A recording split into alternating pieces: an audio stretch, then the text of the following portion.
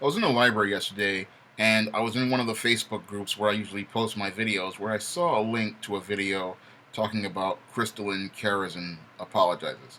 Now, your Crystalline Karazin is this Negro female who says that she promotes this concept of swirling, where these black women go out here and explore their dating options with white men, Hispanic men, Asian men, and Arab men.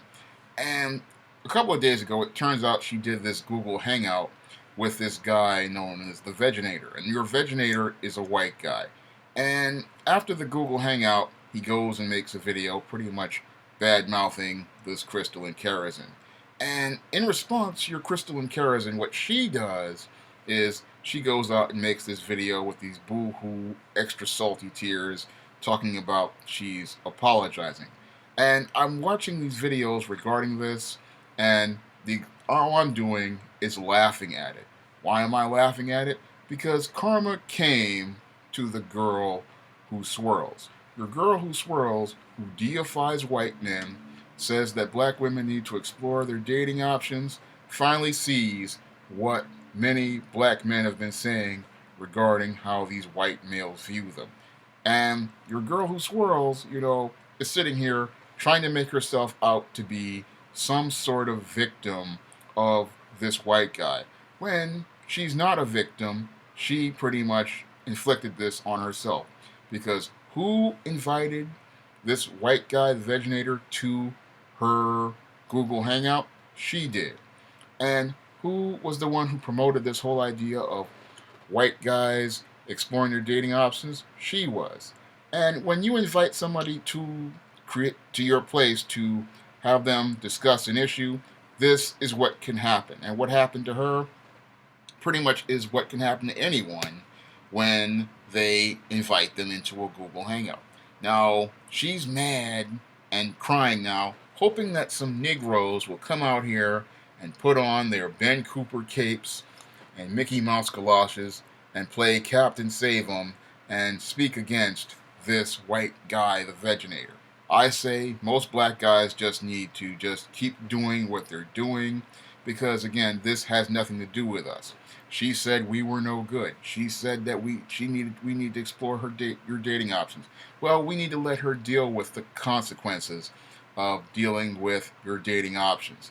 This was the option you chose, and guess what? When you choose an option and things don't go right, then it's up to you to take responsibility for what happens afterward. It's not for anybody to come in and put on their Ben Cooper cape, Mickey Mouse galoshes, and your little goggles and come out here and play Captain Save 'em for a woman who told you you weren't good enough to save her. Let her fall. Let her deal with that because that's what she chose.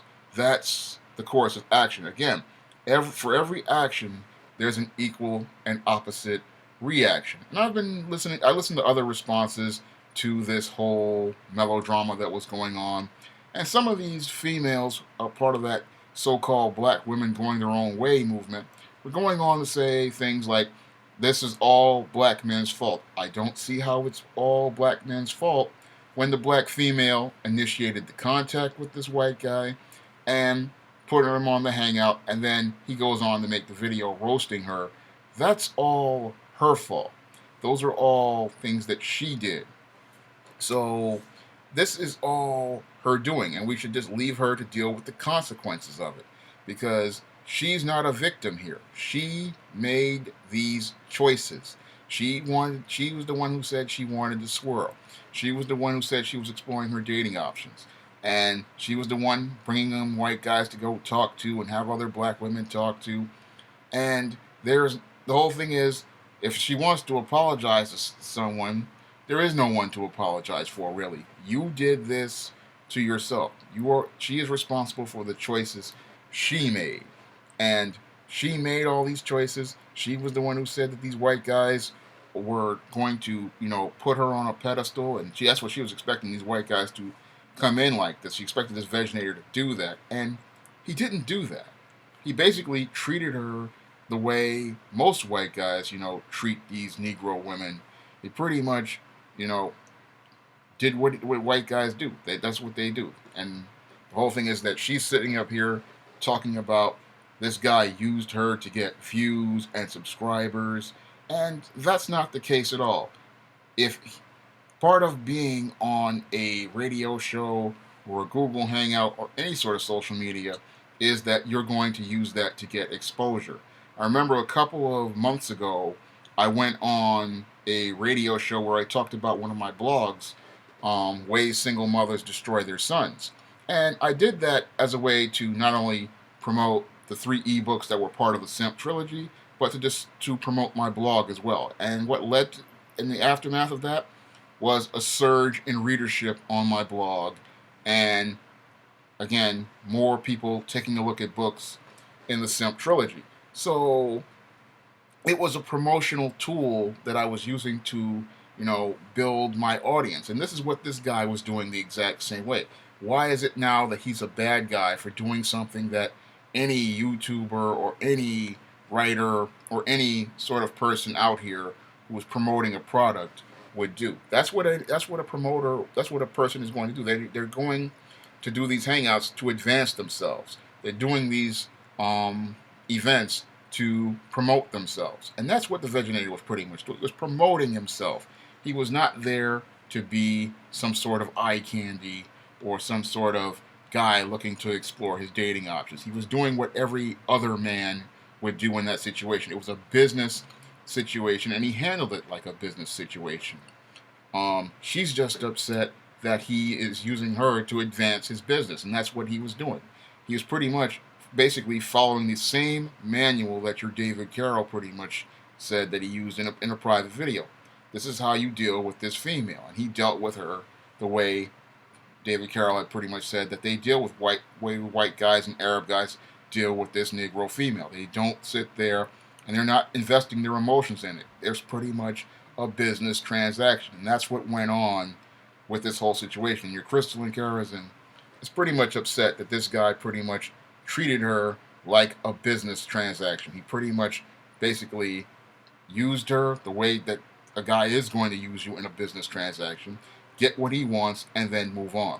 And many black men have pretty much have said this is what they do with you, with the black women. But these black women, they have to see it and experience it.